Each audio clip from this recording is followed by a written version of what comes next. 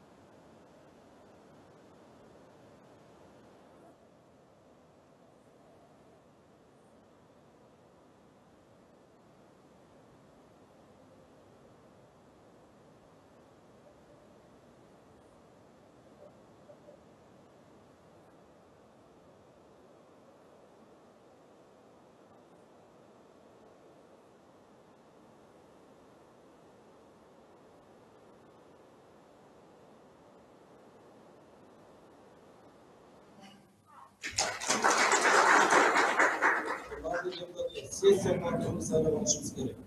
9-Nurobod saylov okrugidan deputat Sarimova Marg'ula Hamdamovani sessiya kotibi etib saylash to'g'risida taklif bor. Boshqa takliflar bormi? Boshqa takliflar bo'lmasa ovozga qo'yaman. Rozilar, qarshilar, betaraflar yo'q. Deputat Sarimova Marg'ula Hamdamovna bugungi sessiya kotibi etib saylandi. Sessiya kotibidan o'z joyini egallashini so'radim. Hurmatli deputatlar, endi ovoz berishni o'tkazish va uning natijalarini aniqlash uchun biz san'at komissiyasini saylab olishimiz zarur. San'at komissiyasi tarkibiga quyidagi nomzodlar tavsiya qilinmoqda. Isroilova Mahfuza Ne'matovna san'at komissiyasi raisligiga, Sarimsoqov Furqat O'rolovich san'at komissiyasi a'zoligiga, Hojiqulov Sahobiddin Sirojiddin o'g'li san'at komissiyasi a'zoligiga, san'at komissiyasi a'zoligiga nomzodlar tarkib bo'yicha boshqa fikrlar yo'qmi? Bu holda tasdiqlansin degan deputatlar qo'l ko'tarib ovoz berishni so'rayman. Rozilar, qarshilar, betaraflar yo'q. San'at komissiyasi tarkibi bir ovozdan tasdiqlandi. Hurmatli deputatlar, sessiya kun tartibini tasdiqlab olishimiz kerak. Sessiya kun tartibi sizlarga tarqatilgan. Qo'shimcha va o'zgartirishlar bormi? Agar yo'q bo'lsa, kun tartibini tasdiqlash masalasi ovozga qo'yaman. Tasdiqlansin degan deputatlar qo'l ko'tarib ovoz berishni so'rayman. Rozilar, qarshilar, betaraflar yo'q. Kun tartibi tasdiqlandi. Hurmatli deputatlar, sessiya ish reglamentini quyidagicha tasdiqlashni taklif qilaman. Birinchi masala uchun ma'ruza 20 daqiqagacha, qolgan masalalar uchun ma'ruza 10 daqiqagacha, so'zga chiquvchilar 5 daqiqagacha, ma'lumotlar, taklif va savol-javoblar uchun 3 daqiqagacha. Qo'shimcha o'zgartirishlar bormi? Agar bo'lmasa, tasdiqlansin degan deputatlar qo'l ko'tarib ovoz berishdan so'rayman. Rozilar, qarshilar, betaraflar yo'q. Ish reglamenti tasdiqlandi. Reglamentga qat'iy rioya qilishingizni so'radim. Hurmatli deputatlar, endi kun tartibidagi birinchi masalani o'z chiqishiga o'tamiz. Tuman hokimi Toshpo'latov Bekzod Turg'unovich Zardob tumanining 2026-2027 yillarda ijtimoiy iqtisodiy rivojlantirish bo'yicha dasturini tasdiqlash to'g'risidagi hisobotni eshitamiz. Marhamat.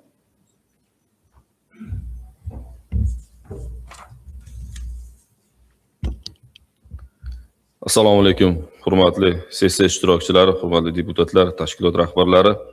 Xabaringlar bor.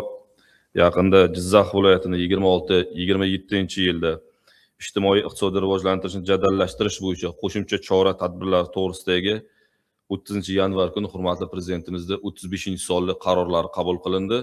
Mazkur qarorda ijrosini ta'minlash maqsadida ham oldimizga Zarbdor tumani bo'yicha 26-27-yilda o'zimizning oldimizga bir qator vazifalar belgilab olindi.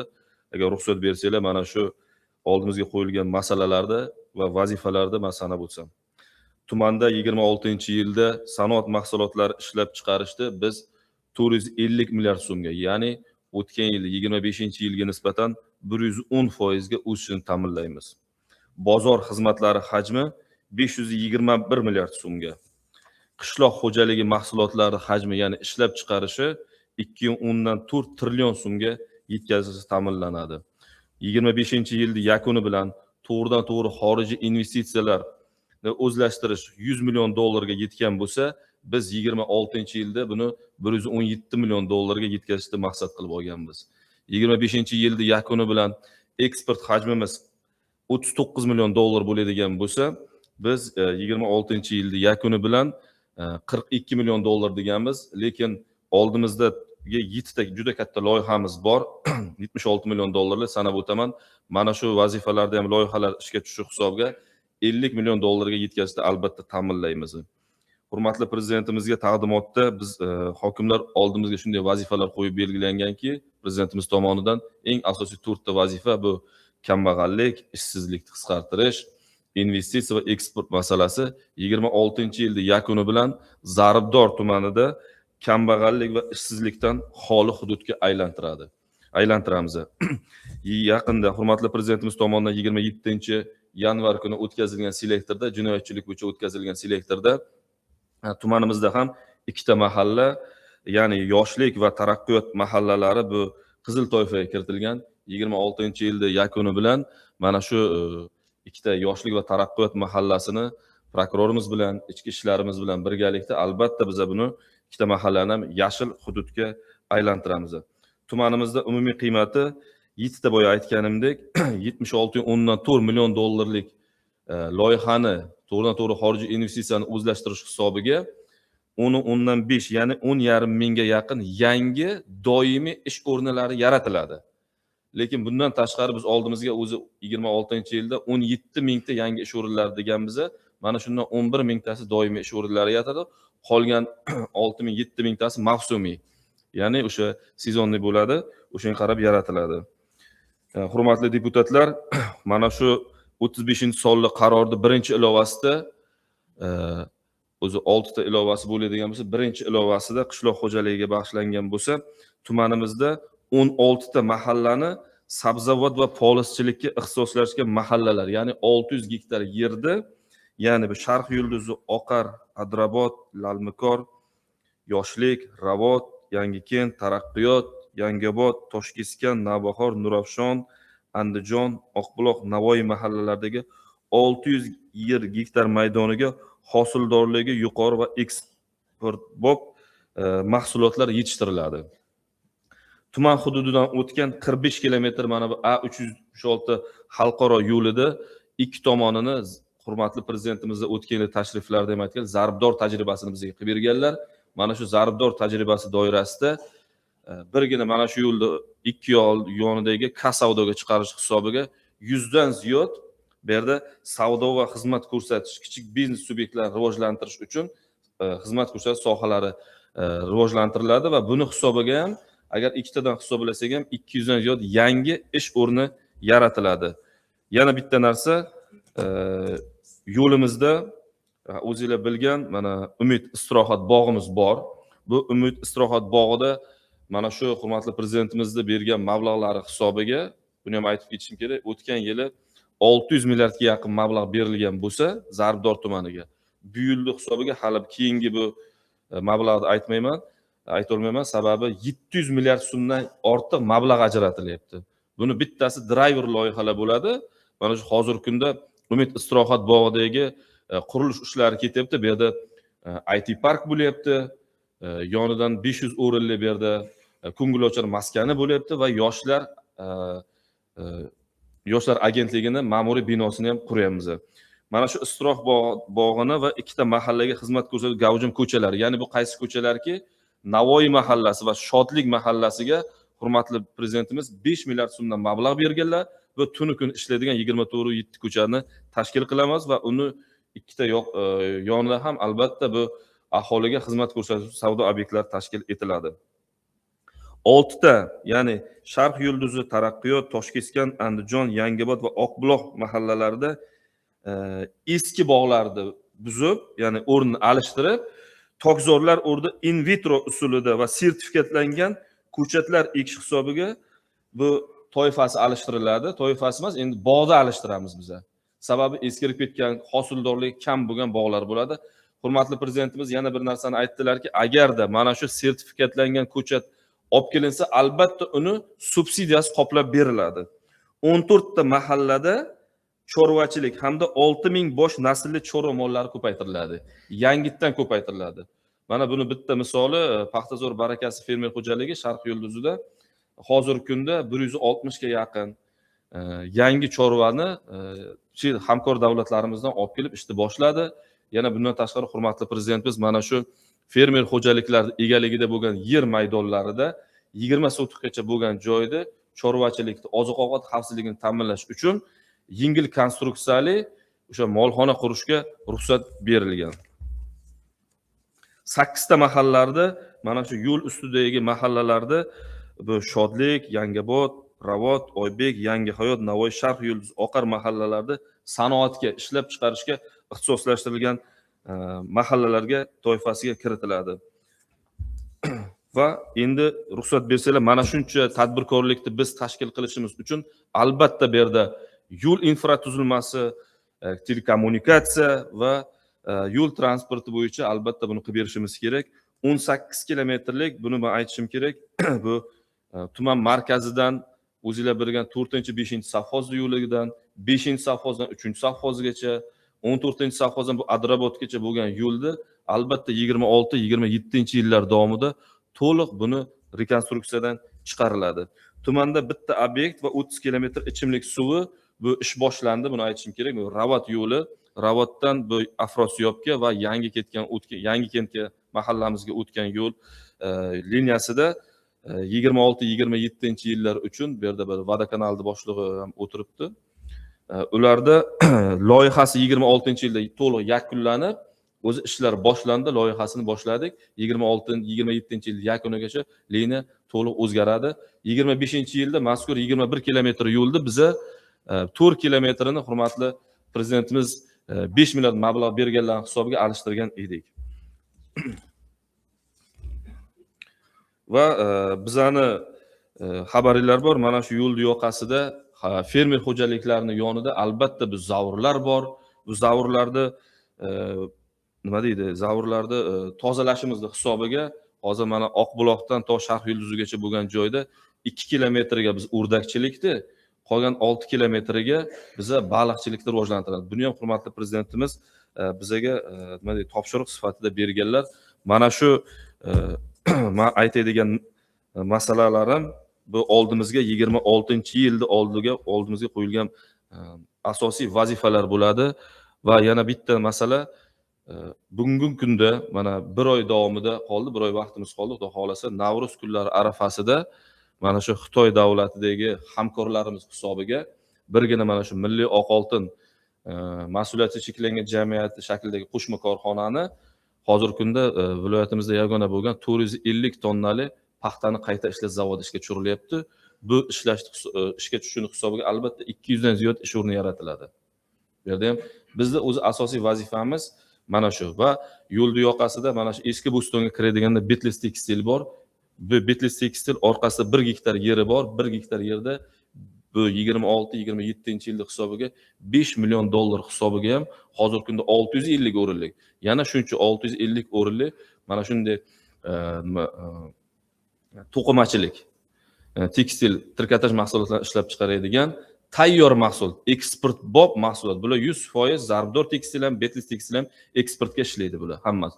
Bularda hammasini mana 26-yil 1-yanvardan boshlab hurmatli prezidentimiz aytdilarki, qayerda korxona ishlab chiqargan bo'lsa mahsulotni, o'sha joyda eksporti bo'ladi. Shuning uchun mana ikkita korxonamiz ham shularni hisobiga o'tgan yilda biz eksport rejasini birinchilardan bo'lib bajarganmiz va Zarbdor tumani men o'ylaymanki 26-yil yakuni bilan hurmatli deputatlarimiz, mana tashkilot rahbarlarimiz, prokurorimiz, ichki ishlarimiz boshlig'i bilan birgalikda albatta jinoyatchilikdan xoli hududga aylantirib, prezidentimiz oldida yuzimiz albatta yorug' bo'ladi.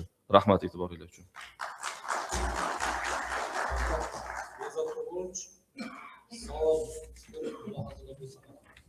Marhamat hurmatli deputatlarimiz.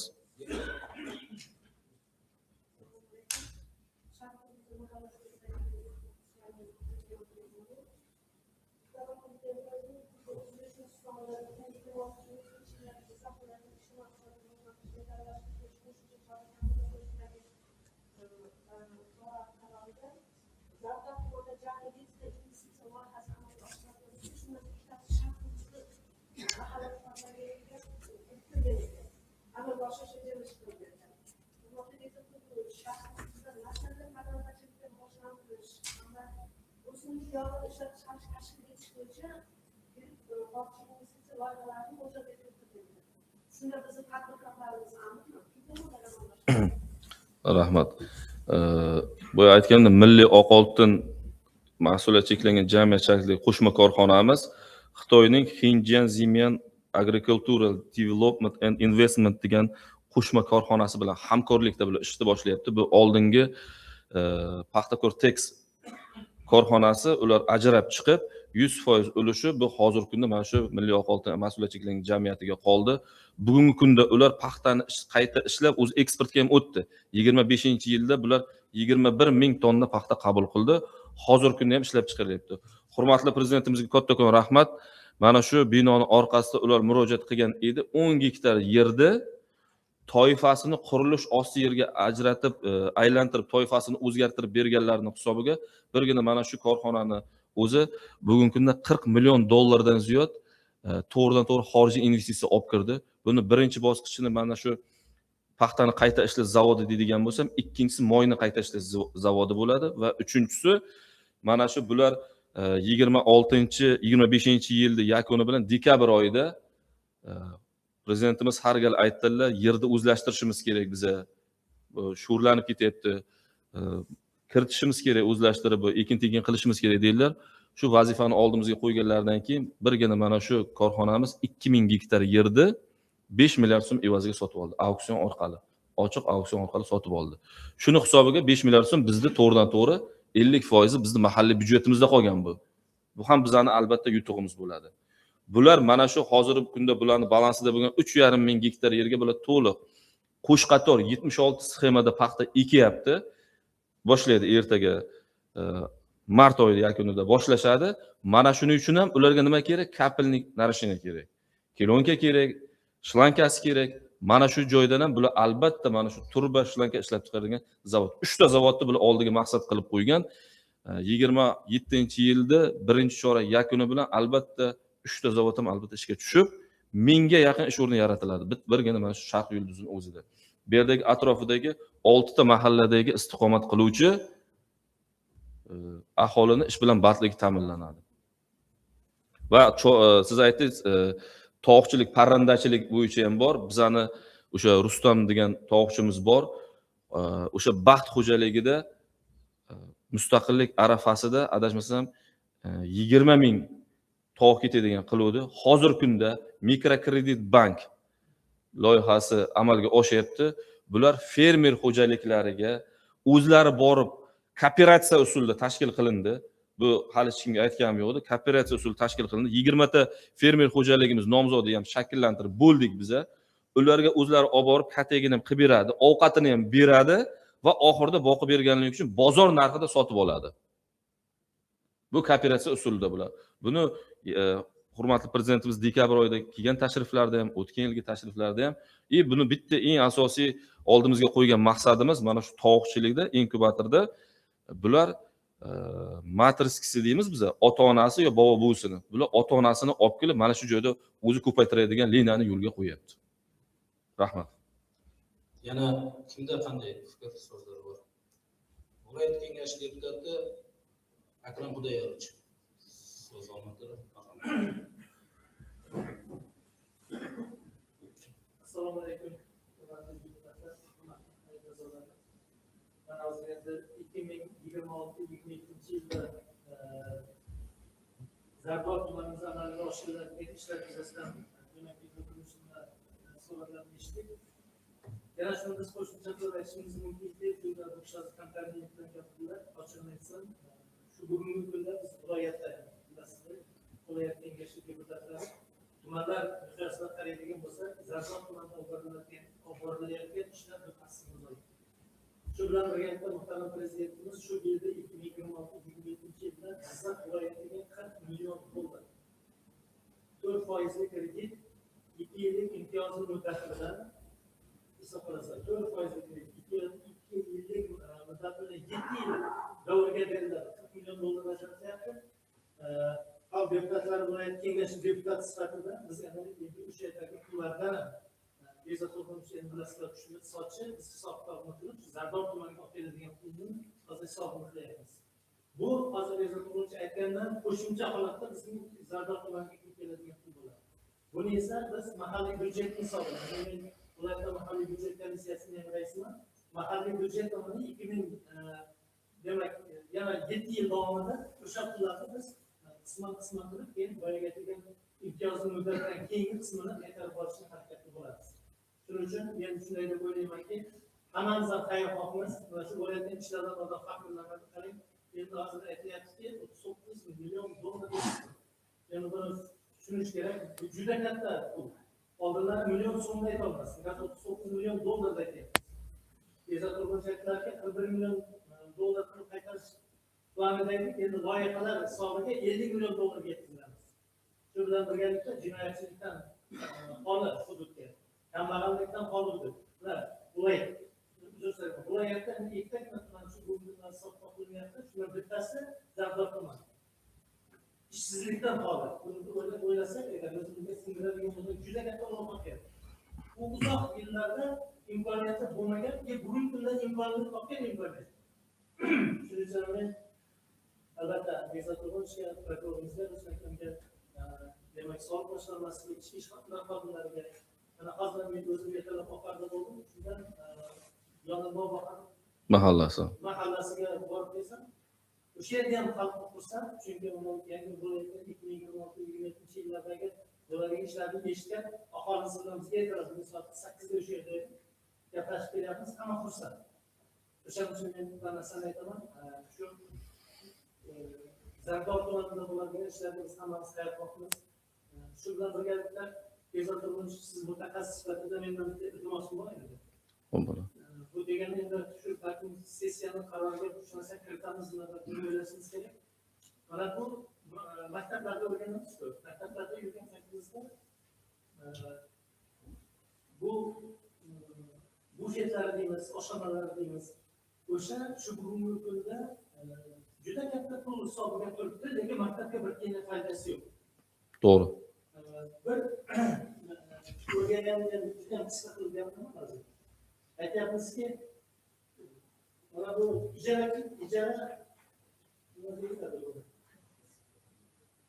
markazi. Ijara markazi 45% da turyapti. 45% ijara markazi turyapti. Auksionga, endi auksionga qo'yilganda aytilyaptiki, bo'sh turgan binoni deyiladi. Ijara markazi bo'sh turgan binoni auksionga qo'yish mumkin-da, undan 45% olish kerak. Maktabning ichidagi bo'sh turgan binoni emas-ku. O'shani undan ko'ra shu maktabning direktori bilan shartnoma qilib shu yerda ishlash kerak-da, foydasi maktabda qolsin. Maktablarimiz shundan foydalansin. Maktabimizga qoladigan bo'lsa, bu yerda remont qilib beradi. Ichini chiroyli qilib beradi. Jihozlar bilan ta'minlab beradi. Bolalar kelganda issiqqina joyda choy ichadigan bo'ladi.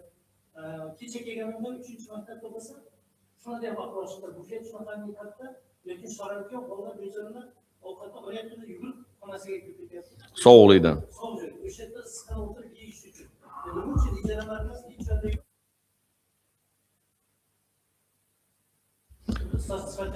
Rahmat Akrom aka. Katta rahmat. Shavkat, xalq ta'limi sizga topshiriq bo'ladi. 3 kun muddatda to'liq xatlovdan o'tkazasizlar.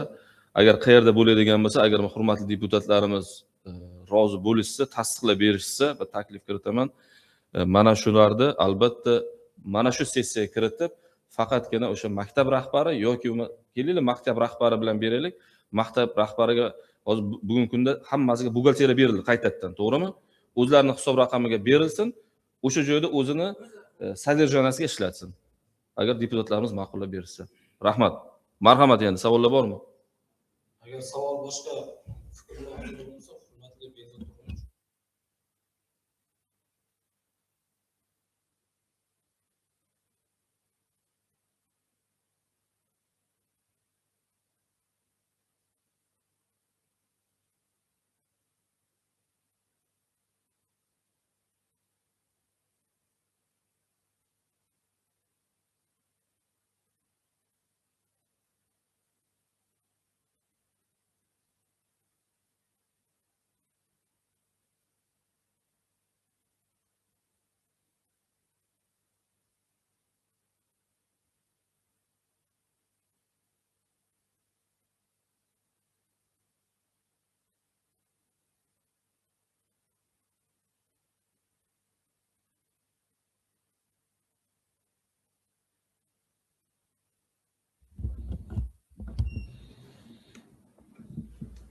Avvalambor assalomu alaykum. Hurmatli deputatlar, hurmatli sessiya ishtirokchilari, hurmatli mana Jizzax viloyati deputatlari kengashidan mana mehmonlar kelgan. Mana Akrom Xudoyorovich, Jonibek Rahmonovich. Akrom Xudoyorovichni men ko'pdan bilaman, ko'pdan taniyman. Sirdaryo viloyatida birga ishlashganmiz. Juda halol, adolatli, o'zini kasbini sevadigan, fidoyi insonlardan. Rahmat. Mana Akrom Xudoyorovich juda bir boshidan motivatsiya berdingiz bizga. Biz sizni bergan haligi viloyat deputati sifatida bizga tumanimizga, shaxsan mana Bezod Turg'unovich ish faoliyatlariga bergan nimangizdan keyin biz hokim boshchilik yanada jadal bilan ishni tashlashtiramiz. Endi avvalambor mana bu yerda hurmatli raislik qiluvchi mana aytadigan bo'lsak, bugungi sessiya o'zgacha. Mana ochiqini aytadigan bo'lsak, men hozir axborotni o'qib berish mumkin-da sizlarga. Lekin bunaqa sessiya bo'lmagan oldin. Mana 2008-yildan buyon men rahbar bo'lib, men bu sessiyalarga qatnashib yuribman. Bu sessiya bugun boshqacha, yangicha. Mana ochiqdan ochiq, to'g'ridan to'g'ri ijtimoiy tarmoq orqali oyna jahonga uzatilyapti. Hamma narsa shaffof. Bu hammasi mana hurmatli prezidentimizni bugungi olib borilayotgan yangi O'zbekistondagi yangi siyosiy qadamlardan biri deb bilaman. Shuning uchun prezidentimizga rahmat aytmoqchiman va shu kishini qo'llab-quvvatlagan atrofidagi rahbarlarga ham rahmat. Mana viloyat deputatlari kelib o'tirishi Zardor tumanida. Bu ham yangilik. To'g'rimi opa? Mana siz ham qancha necha yildan men deputatsiz, bilasiz-ku. Endi mana yuqorida aytganlaridek, mahallalarda bugungi meni axborotim mahallalarda xavfsiz muhitni yaratish, kriminogen vaziyatni yaxshilash, jinoyatlarni barvaqt oldini olish, omillarni bartaraf etish va korrupsiyaga qarshi kurash borasida 2025-yilning o'tgan 12 oyida amalga oshirilgan ishlar yuzasidan axborot bermoqchiman. Demak, tumanda O'zbekiston Respublikasi Prezidentining 2025-yil 3-yanvardagi PK1 sonli qaror ijrosini alohida nazoratga olib, joriy yilning o'tgan davrida mahallalarda xavfsiz muhitni yaratish va huquqbuzarlikdan barvaqt oldini olish borasida muayyan ishlar amalga oshirildi. Biz mana shu PK1 prezidentimizni o'tgan yili 1-yanvardan birinchi imzo qo'ygan qarorlar bilan ish boshladik. Biz viloyatdan yoki Toshkentdan bizga topshiriq kelib tushishini kutganimiz yo'q. Va yuqorida aytganimizdek, ijtimoiy tarmoq orqali hozir yurtboshimizni imzolagan har bir hujjatlari shaffof xalqimizga yetkazilyapti. Biz shu qarorni qo'limizga olgandan shu kunning o'zida mana shu chiroyli zalimizda hurmatli deputatlar mana aytsin, birinchi yig'ilishni biz o'tkazdik viloyatda. Qaror ijrosini ta'minlash maqsadida tuman prokuror rahbarligida mahallalarda huquqlarning barvaqt profilaktikasini amalga oshirish borasida ishlarni kompleks tashkil etish hamda dastur va hududiy yo'l xaritalarining ijrosini tizimli ravishda nazorat qiluvchi tuman idoralari muvofiqlashtiruvchi shtabi va ishchi guruhini tuzish va faoliyatini yo'lga qo'yish bo'yicha qo'shimcha qaror imzolanib, shtab faoliyati yo'lga qo'yilgan. Endi bu albatta shtabda hurmatli tumanimiz ichki ishlar bo'limi boshlig'i Elor Bahodirish xizmati va u kishining yigitlari komandasi xizmat juda katta bo'ldi. Biz viloyatda birinchi o'rinda biz mana shu PK1ning ijrosi bo'yicha xuddi buni paxtani suvotkasiga, g'allani suvotkasiga o'xshab viloyat rahbariyati tomonidan kunlik, kunboy suvotka yuritildi. Biz shunda bezak turmush birinchilardan yurdik. Xabaringiz bor? Mana yil yopganimizda ham PK1 ijrosi bo'yicha birinchi o'rinda biz ko'rsatishlarimizni, mehnatimizni ko'rsatib bera oldik. Demak, shtab a'zolari va mas'ullar mahallalarda kriminogen vaziyatni barqarorlashtirish va huquqbuzarliklarni barvaqt oldini olish tizimining samaraliligini oshirish bo'yicha ishlab chiqilgan yo'l xaritalari ijrosini o'z vaqtida bajarmagan, hisobotlar haqqoniyligini ko'zbo'yamachilikka yo'l qo'ygan va bularga sharoit yaratib kelgan xodimlar va mutasaddi rahbarlar qattiq ogohlantirildi. Yo'l xaritasida belgilangan chora-tadbirlar yuzasidan bir qator ishlar amalga oshirilgan bo'lsa-da, ayrim mutasaddi tashkilotlar bu borada sustkashlikka yo'l qo'yishi, tadbirlarni nomigagina bajarishi oqibatida ko'zlangan maqsadga erishishda o'ziga yarasha sustkashliklar aniqlandi. Tumanning 12 oylik kriminogen vaziyati hamda viloyat muvofiqlashtirish shtabga amalga oshirilgan ishlar yuzasidan taqdim etilayotgan hisobotlar shuni ko'rsatmoqdaki, qaror ijrosini yuzasidan olib borilayotgan profilaktik ishlar qoniqarli darajada emasligi aniqlandi. O'tgan yilning 12 oyida umumiy jinoyatlar 15 taga, ya'ni 9.6% ga oshgan bo'lsa, oldini olish mumkin bo'lgan jinoyatlar 4 taga, ya'ni 8% ga kamaygan. Jinoyatchilikni barvaqt oldini olish va huquqbuzarliklar profilaktikasi sohasida samarali va yetarli profilaktik tadbirlar olib borilmaganligi natijasida oldini olish mumkin bo'lgan ayrim turdagi jinoyatlarning oshib ketishiga yo'l qo'yilgan. Eng achinarlisi, mazkur davrda qayd qilingan jami 172 ta jinoyatlarning 46 tasi oldini olish mumkin bo'lgan jinoyatlar edi. Shundan og'ir jinoyatlar 16 taga yoki 20% ga kamaytirishga erishilgan. Jinoyatlar turlari bo'yicha bosqinchilik va talonchilik jinoyatlari sodir etilishiga yo'l qo'yilmagan. Bu juda katta biz yutug'imiz. Bu degani bizda tumanda, buni men o'zi prokuror sifatida bu nima deydi, bir to'g'risini aytib o'tishim kerak. Chunki tumanimizda osoyishtalik bor. Talonchilik yo'q, bosqinchilik yo'q, uylarga kirish yo'q. Ya'ni ko'cha bezonlari bizning tumanda yo'q. Shuningdek, voyaga yetmaganlar jinoyati, aliment to'lashdan bosh tortish jinoyatlari kamaytirishga erishildi. Bunda albatta mana shu aliment bo'yicha mana bu yil buni ham alohida aytib o'tish kerak. Bezak turmush mana Dilorom Isomiddinova kelgandan mana shu alimentga juda qattiq o'zini qizlari bilan, ayollari bilan, ota-onalari bilan yopishib, nurg'oniylar bilan birgalikda joylarda tinimsiz bular mehnat qilyapti. Shuning uchun bularga alohida rahmat. Biroq tumanda fuqarolarning xavfsizligini ta'minlash, jinoyatchilik va huquqbuzarliklarga qarshi kurashish borasida faoliyat to'g'ri yo'lga qo'yilmaligi oqibatida ayrim turdagi jinoyatlar oshgan. Jumladan, bezorilik, firibgarlik, o'lim bilan bog'liq jinoyatlar oshgan. Joriy yilda sodir etilgan jinoyatlarning 46 tasi yoki har uchisining oldini olish mumkin bo'lgan jinoyatlardir. 2015 yil 12 oyda 23 ta mahallaning 14 tasida jinoyat sodir etilib, ularning 2 tasi, ya'ni taraqqiyot va yoshlik mahallalariga, boya yuqorida tumanimiz hokimi aytib o'tganlaridek, qizil toifada qolgan. Huquqni muhofaza qiluvchi organlar bilan bir qatorda davlat va nodavlat tijorat tashkilotlari, jamoatchilik tuzilmalarining bu boradagi faoliyatlarini xotirjamlik ruhida olib borilayotganligi jinoyatlarning asosiy o'sish omillaridan biri bo'lib qolmoqda. Mazkur sohada o'tkazilgan o'rganish yakuni bo'yicha tuman IIB boshlig'i nomiga qonun buzilishi, uning kelib chiqish sabablari va buning imkoniyatlarini yaratib bergan shart-sharoitlarni bartaraf qilish yuzasidan bir qator tabnomalar va intizomiy javobgarlik to'g'risida qarorlar kiritilgan.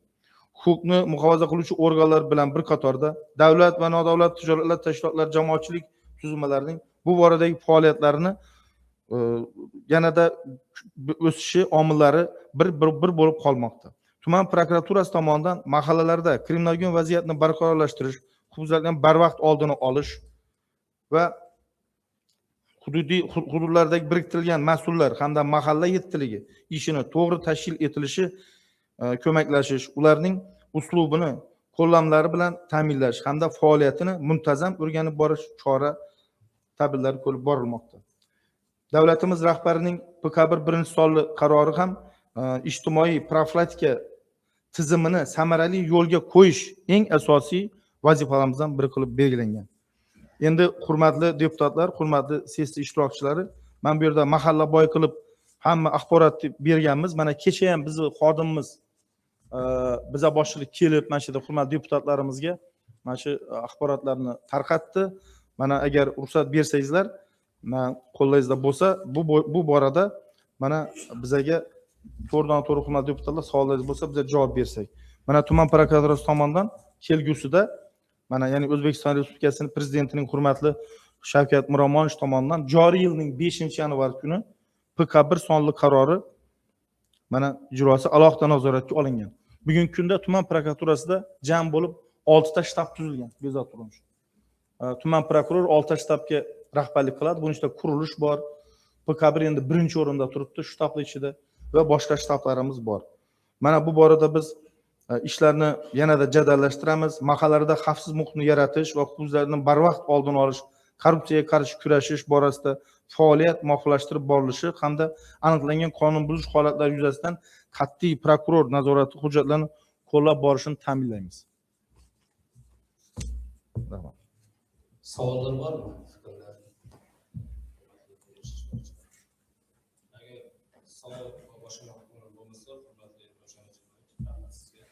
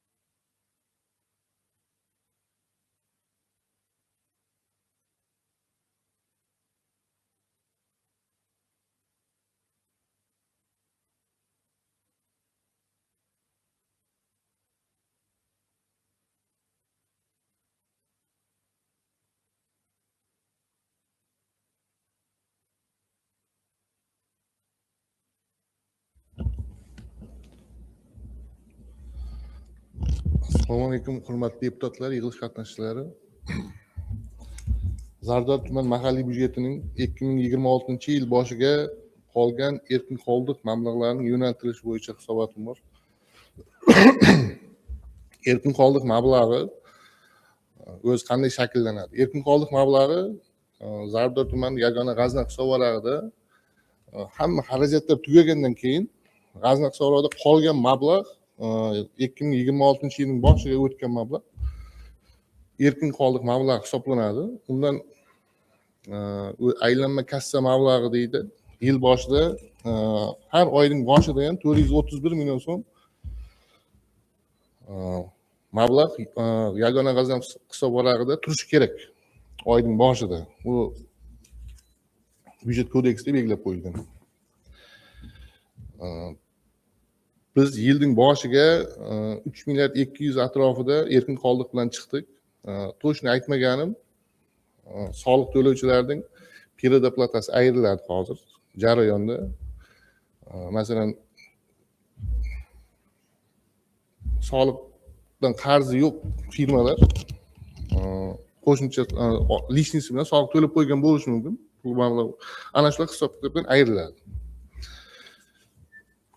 Endi Bekzod Turgunovning tashabbusi bilan boya asosiy mablag' planni bajarish o'zi oson emas, soliq organlarining ishi.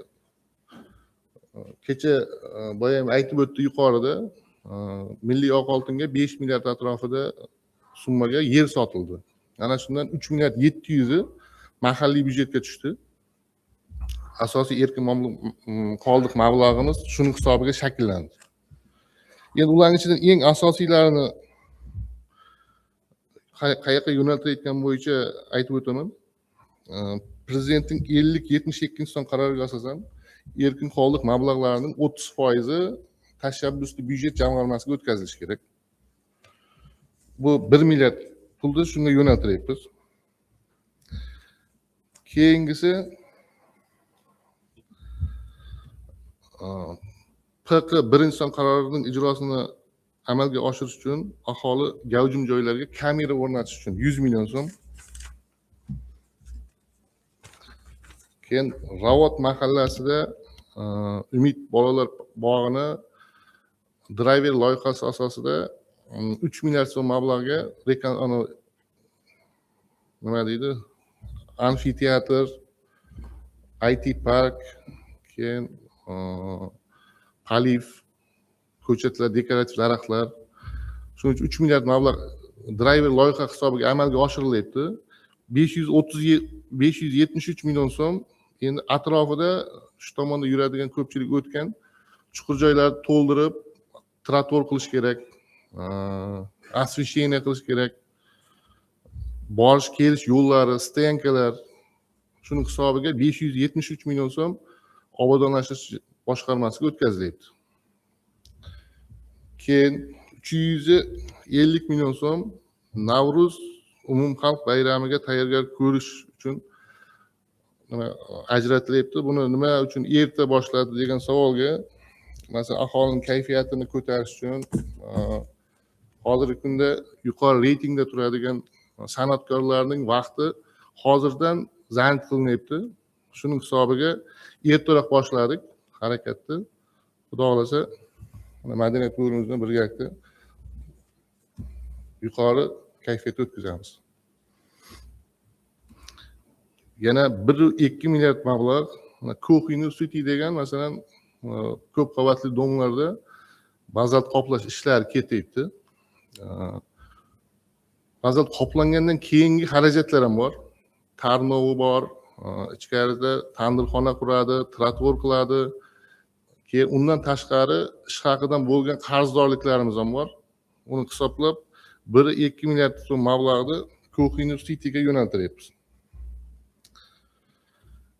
Yana asosiy yo'naltirayotgan joyimiz 11 nafar ijtimoiy ehtiyojmand oila vakillariga yetim yoki ota-onasining qaramog'idan mahrum bo'lgan talaba xotin-qizlarning kontrakt to'lovlari to'lab berilyapti. 92 million so'm. Qolgan xarajatlar, mayda xarajatlar, bu qaror loyihasida bor. Hokimiyatning 4-guruh xarajatlari degani ish haqi va unga tenglashtirilgan to'lovlardan boshqa xarajatlar. Hokimiyat bilan iqtisodiyot va moliyada 4-guruh xarajatlar cheklangan, rejalashtirish byudjetda.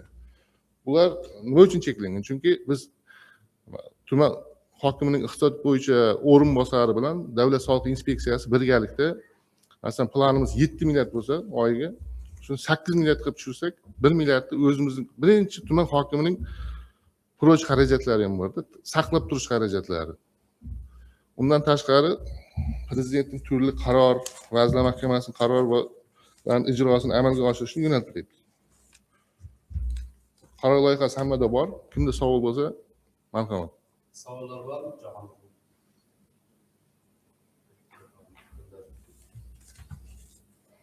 Agar savol bo'lmasa, Jahon uchun shuni aytib o'tishda ikkita masalani birdaniga tasdiqlasa, ikkinchi masalangizga ko'rsatsangiz. Ikkinchi masalamiz O'zbekiston Respublikasi Prezidentining 2024-yil 31-dekabrdagi PQ 468 son qarorining ijrosini ta'minlash yuzasidan. PQ 468 da 11 ta yo'nalish bor.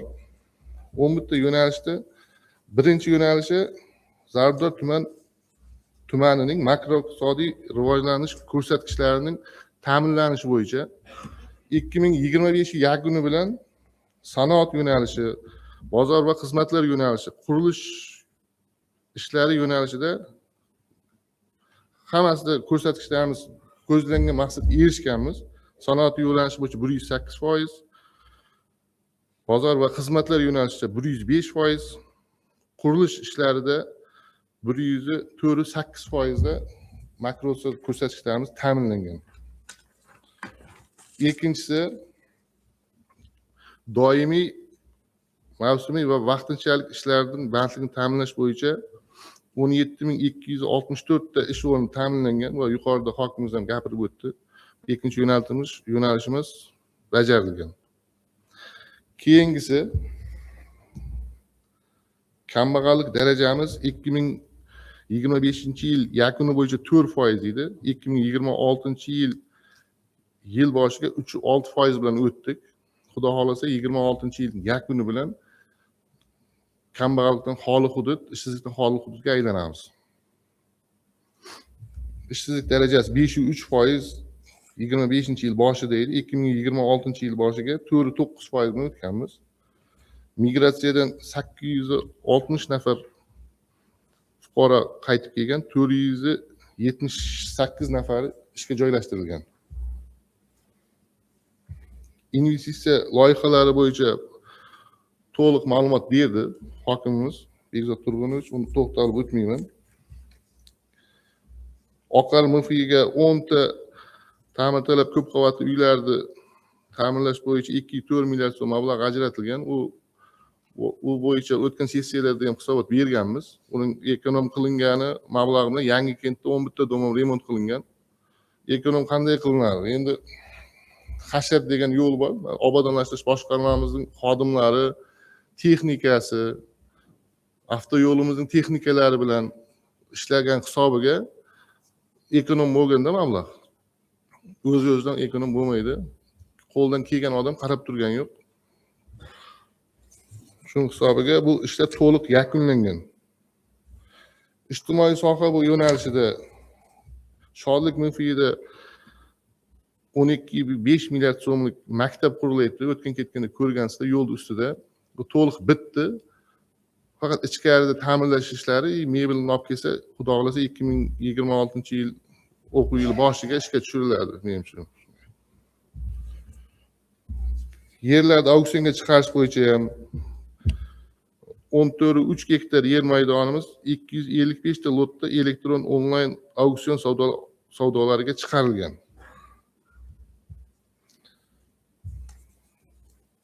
Bu bilan bog'liq ko'rsatkichlar qaror loyihasida bor, qolgan ko'rsatkichlar. Kimda savol bo'lsa, marhamat. Savollar bor.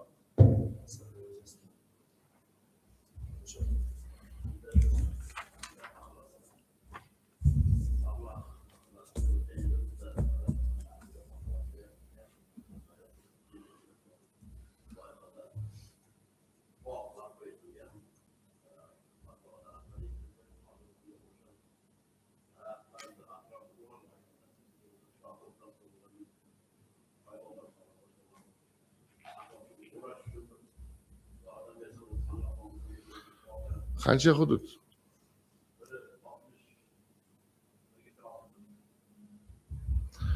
Buni endi men to'g'ridan-to'g'ri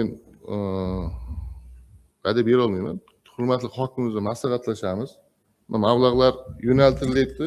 Bu mablag'lardan ham ortgan qismi hisoblansa, bu mablag' ajratamiz. Bu kengashning ishlarga kiritilmagan, menimcha kun tartibiga kiritilmagan. Bu keyingi kengashning kun tartibiga kiritamiz. Bo'ldi, shu 1 so'm bo'lsa ham sizlar o'zlaringiz tasdiqlab berasizlar, keyingi sessiyaga qo'yamiz bu mablag'ni. Sessiyaga kamida 10 kun oldin muhokamada bo'ladi. Keyingi sessiyaga degan o'sha muhokamalardan bo'ldi. Onun uchun deputat so'rov chiqardi. Chiqarildi, keyin o'sha moliya bo'limlari xulosa qilib bersa bizga keyingi sessiyaga kirgizamiz. Kelishdik.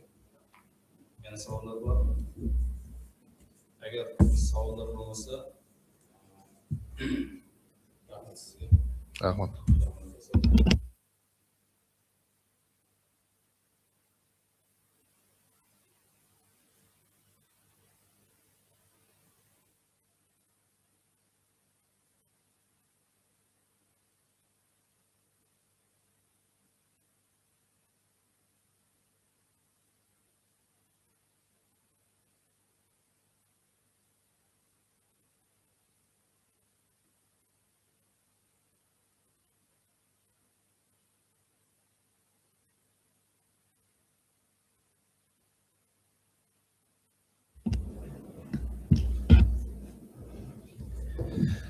Assalomu alaykum, hurmatli deputatlar, hurmatli sessiya ishtirokchilari. Tuman xalq qabulxonasi tomonidan O'zbekiston Respublikasi Prezidentining xalq qabulxonalariga veb-sayt, ishonch telefonlari hamda pochta orqali kelib tushgan murojaatlari doimiy ravishda monitoring qilib kelinmoqda. Jumladan 2025-yilning 12 oy davomida jismoniy va yuridik shaxslardan 1836 ta murojaatlar kelib tushgan. Murojaatlar soni o'tgan yilning, ya'ni bu 2025-yilda amalga oshirilgan ishlar bo'yicha hisobotda o'sha 2024-yilning mos davriga nisbatan 735 taga yoki 28.6%ga murojaatlar soni kamayishiga erishildi. Shunday bo'lsa-da, eng ko'p murojaatlar, ya'ni 229 ta murojaatlar 18 yoshgacha bolalar nafaqasi masalasida. 171 tasi esa aliment undirish so'rovi. 66 tasi muhtojlarga bir martalik moddiy yordam. 61 tasi davolanish va jarrohlik amaliyoti uchun moddiy yordam. 50 tasi ijtimoiy himoyaga muhtoj oilalarga bir martalik moddiy yordam. 45 tasi qarz undirish ijro hujjatlari bo'yicha. 45 tasi yashash sharoitlarini yaxshilash, uy-joyini ta'mirlash va qurish uchun yordam. 38 tasi 18 yoshdan kattalar uchun moddiy yordam. 35 tasi ish bilan ta'minlash so'rovi, 32 tasi ish haqini to'lash bilan bog'liq muammolar. 32 tasi uy-joy bilan ta'minlash, 23 tasi sodir etilgan huquqbuzarliklar haqida xabar, 23 tasi tibbiy mehnat ekspertizasi va nogironlik belgilash, 19 tasi mahalla raisi xatti-harakatlaridan norozi bo'lib murojaat qilgan, 18 tasi aliment miqdorini qayta hisoblash so'rovi va boshqa masalalar yuzasidan murojaatlar kelib tushgan. Shuningdek, kelib tushgan murojaatlarning 1499 tasi yoki 81.6% ijobiy hal etilishiga erishildi. 6 tasi ko'rmasdan qoldirildi. 18 tasi rad etildi. 3 tasi tugatildi. 46 tasi tushuntirish berilgan bo'lsa, bittasi uzoq muddatli nazoratga olingan. 259 tasi huquqiy ma'lumot berish orqali hal etilgan bo'lsa, o'sha axborot taqdim qilinayotgan jarayonda 4 tasi o'rganish jarayonida qolgan edi. Bugungi kunda ushbu 4 ta murojaat ham ijrosi ta'minlandi, ko'rib chiqilgan bugungi kunda. Kelib tushgan murojaatlar mahallalar kesimida tahlil qilinganda, tumanda mavjud 23 ta mahallalardan bir qanchasida murojaatlar soni o'tgan yilning mos davriga nisbatan kamayishiga erishilgan bo'lsa, Navbahor mahallasida 5 taga, Oqbuloq mahallasida 9 taga, Adirobod mahallasida 12 taga murojaatlar o'tgan yilning mos davriga nisbatan oshishiga yo'l qo'yilgan. Kelib tushgan murojaatlar korxona va tashkilotlar kesimida tahlil qilinganda, Zarbdor tuman tibbiyot birlashmasida 153 tani tashkil qilib, o'tgan 2024-yilning shu davrida 32 tani tashkil qilgan 21 taga, tuman kambag'allikni qisqartirish va bandlik bo'limida 19 taga, jinoyat ishlari bo'yicha Zarbdor sudida 13 taga, tuman adliya bo'limida 4 taga, obodonlashtirish boshqarmasida 3 taga, tuman yoshlar ishlari bo'limida 10 tani tashkil qilib, o'tgan yilning mos davriga nisbatan bittaga murojaatlar soni ko'payishiga yo'l qo'yilgan. Tuman aholisidan 2025-yilning o'tgan 12 oy davomida 95 ta takroriy murojaatlar kelib tushgan. Takroriy murojaatlarning soni 2024-yilning mos davriga nisbatan 125 taga yoki 30 taga 24% ga kamaygan. Xususan, O'zbekiston mahallalar uyushmasi Zarbdor tuman bo'limida 29 tani, Majburiy ijro byurosi Zarbdor tuman bo'limida 18 tani, Kambag'allikni qisqartirish va bandlikka ko'maklashish bo'limida 9 tani, tuman oila va xotin-qizlar bo'limida 7 tani, tuman hokimligida 6 tani, tuman tibbiyot birlashmasida 5 tani tashkil qilib, takroriy murojaatlar asosan ushbu tashkilotlarga to'g'ri keladi.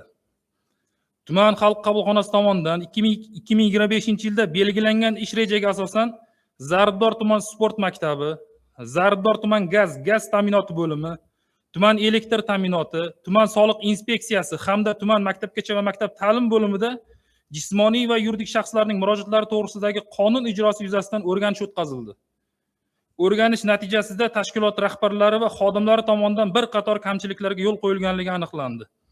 Mazkur o'rganishlar natijasi bo'yicha qonun buzilish holatlarini, ularning kelib chiqish sabablarini bartaraf etish yuzasidan 5 ta ko'rsatma, mansabdor shaxslarni ma'muriy javobgarlikka tortish yuzasidan mansabdor shaxslarni ma'muriy javobgarlikka tortish masalalarini hal etish yuzasidan 3 ta taklif kiritilib, ma'muriy javobgarlik to'g'risidagi kodeksning 43-moddasiga asosan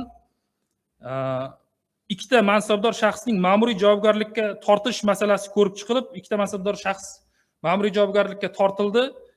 Bir nafar mansabdor shaxsga hayfsan intizomiy jazo chorasi qo'llanildi. Hurmatli deputatlar, kecha ham ushbu Anvar aka kecha ushbu kiritilgan axborot bo'yicha doimiy komissiyada ham bu bo'yicha gaplashib olgandik. Qo'llaringizga ham taqdim qilingan ushbu axborot. Bu masala bo'yicha kiritilgan axborot bo'yicha kimda savollaringiz bo'lsa, marhamat. Savollar bor. Bizda masalan 90% masala doimiy komissiyada ko'riladi-da, bergan muhokama va axborot uchun taqdim etiladi va shu qaror loyihasiga keltirilgan qaror qismiga savollaringiz bormi? Bu oxirgi bu loyihamiz o'zgarish va qo'shimchalarni takliflar nechta? Agar bo'lmasa, rahmat. Rahmat. Hurmatli deputatlar, ko'rib chiqilgan masala bo'yicha qaror qabul qilishimiz lozim. Agar sizlarda boshqa takliflar bo'lmasa, ovoz bermayman. Rozilar, qarshilar, betaraflar yo'q. Rahmat. Hurmat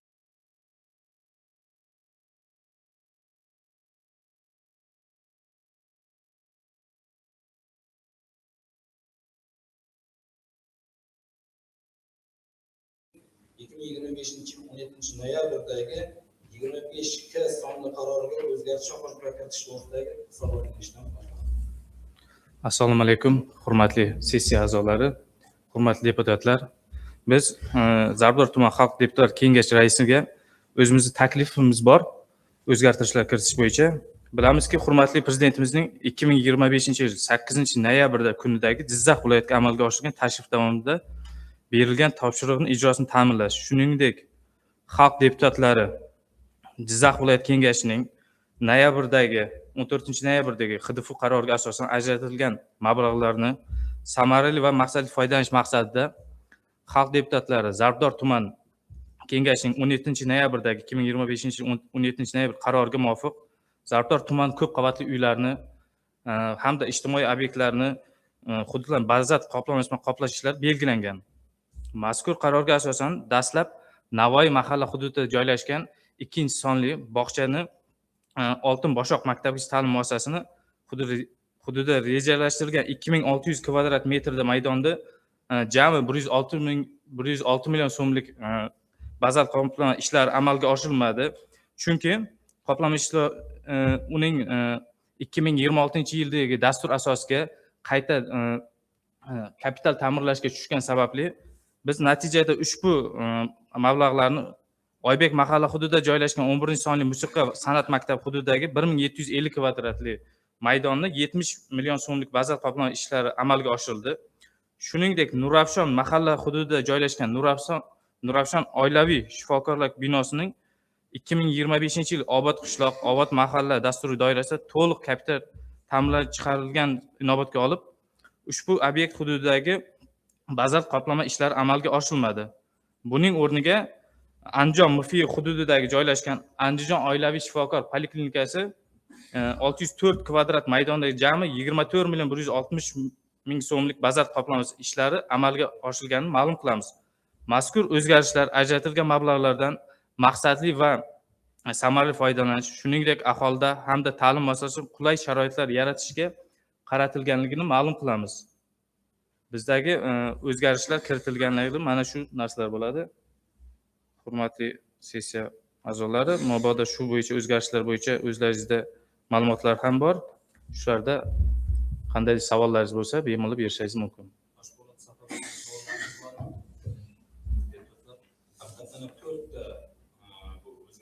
Eng muhim deb topilgan obyektlarga kiritilgan joyiga borib biz ko'rdik. Joyida bayonnoma tuzdik. Masalan, 26 maktab bu yil kapital dasturga tushganda 1,5 milliard 5 milliard bosh doshini taklif bo'lgan, keyin bekor qilingan sababi bu dasturda o'zida turibdi. Juda katta dasturda turibdi. Buning o'rniga Bo'stondagi bitta bog'cha, bu yerda 3-maktabimiz hamda tuman tomonidan tibbiyot vazir qatlamlariga shafqat qilingan. Agar boshqa savollar bo'lmasa, rahmat.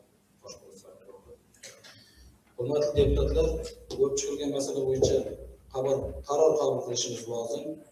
Qaror loyihasi bildirilgan takliflar, qo'shimchalar va e'tirozlarni hisobga olgan holda qabul qilinsin degan taklif bor. Agar sizlarda boshqa takliflar bo'lmasa, ovoz qo'ying. Rozilar, qarshilar, e'tirozlar yo'q, qaror qabul qilindi. Hurmatli deputatlar, endi sessiya yakuni bo'yicha sessiya kotibi Sarimova Marbuba Hamdamovaning axborotini eshitamiz. Marhamat.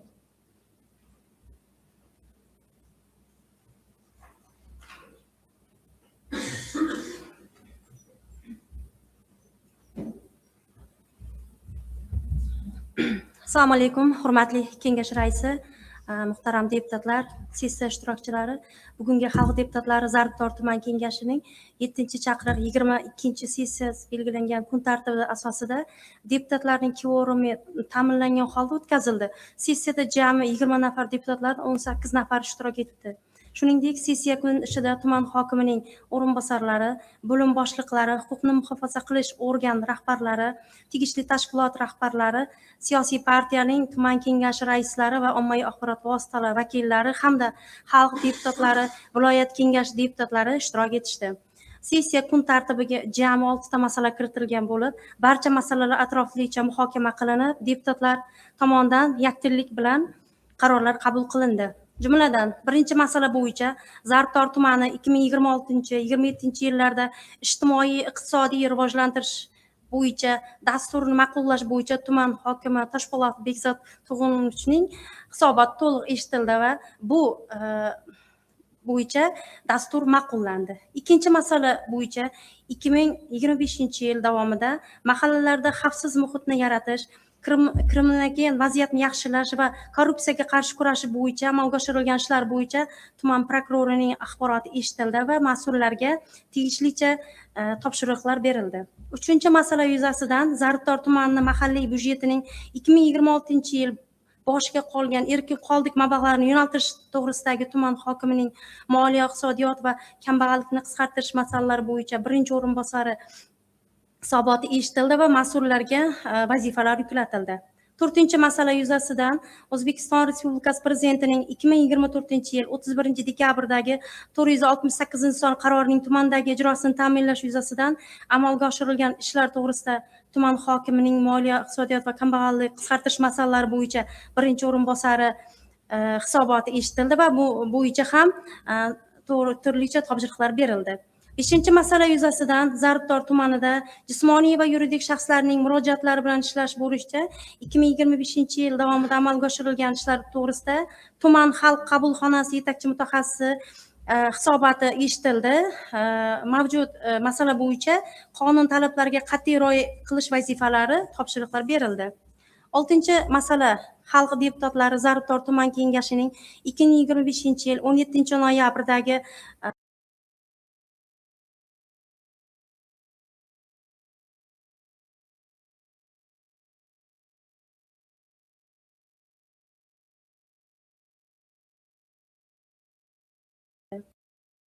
barcha masalalar bo'yicha qaror ochiq ovoz berish orqali qabul qilindi. Qarorlar qabul qilinishda qarshilar va betaraflar bo'lmadi. Qabul qilingan qarorlar ijrosini ta'minlash bo'yicha mas'ul tashkilotlar, tuman hokimligi bo'limlari va mutasaddilarga aniq vazifalar yuklatildi. Deputatlar tomonidan bildirilgan taklif va mulohazalar sessiya protokoliga kiritildi. Ta'kidlab o'taman, bugun sessiya yig'ilishida qabul qilingan qarorlar axborot va hisobot berilgan tashkilotlarning yuqori turuvchi vazirlik, qo'mita, agentlik hamda boshqarmalariga rasmiy ravishda yuboriladi. Xalq deputatlari Zarbdor tuman kengashining 7-chaqiriq 22-sessiyasi o'z ishini yakuniga yetkazdi. Rahmat. Hurmatli deputatlar va sessiya ishtirokchilari, xalq deputatlar tuman kengashining 7-chaqiriq 22-sessiyasi kun tartibiga kiritilgan masalalar ko'rib chiqildi va tegishli qarorlar qabul qilindi. Sessiyani olib borish to'g'risida kimda qanday fikr mulohazalar bor? Agar boshqa fikr mulohazalar bo'lmasa, shuning bilan xalq deputatlari tuman kengashining 7-chaqiriq 22-sessiyasini yopiq deb e'lon qilaman. E'tiborlaringiz uchun.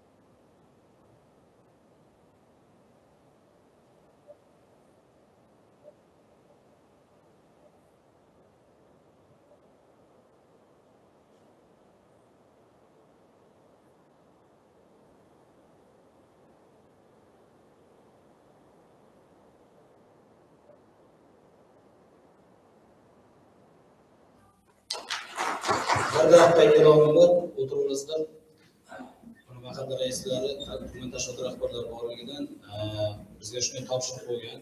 Hozirgi sessiyamiz to'g'ridan-to'g'ri translyatsiya, administratsiya, senat, viloyat umuman YouTube'lardan ko'rib turibdi.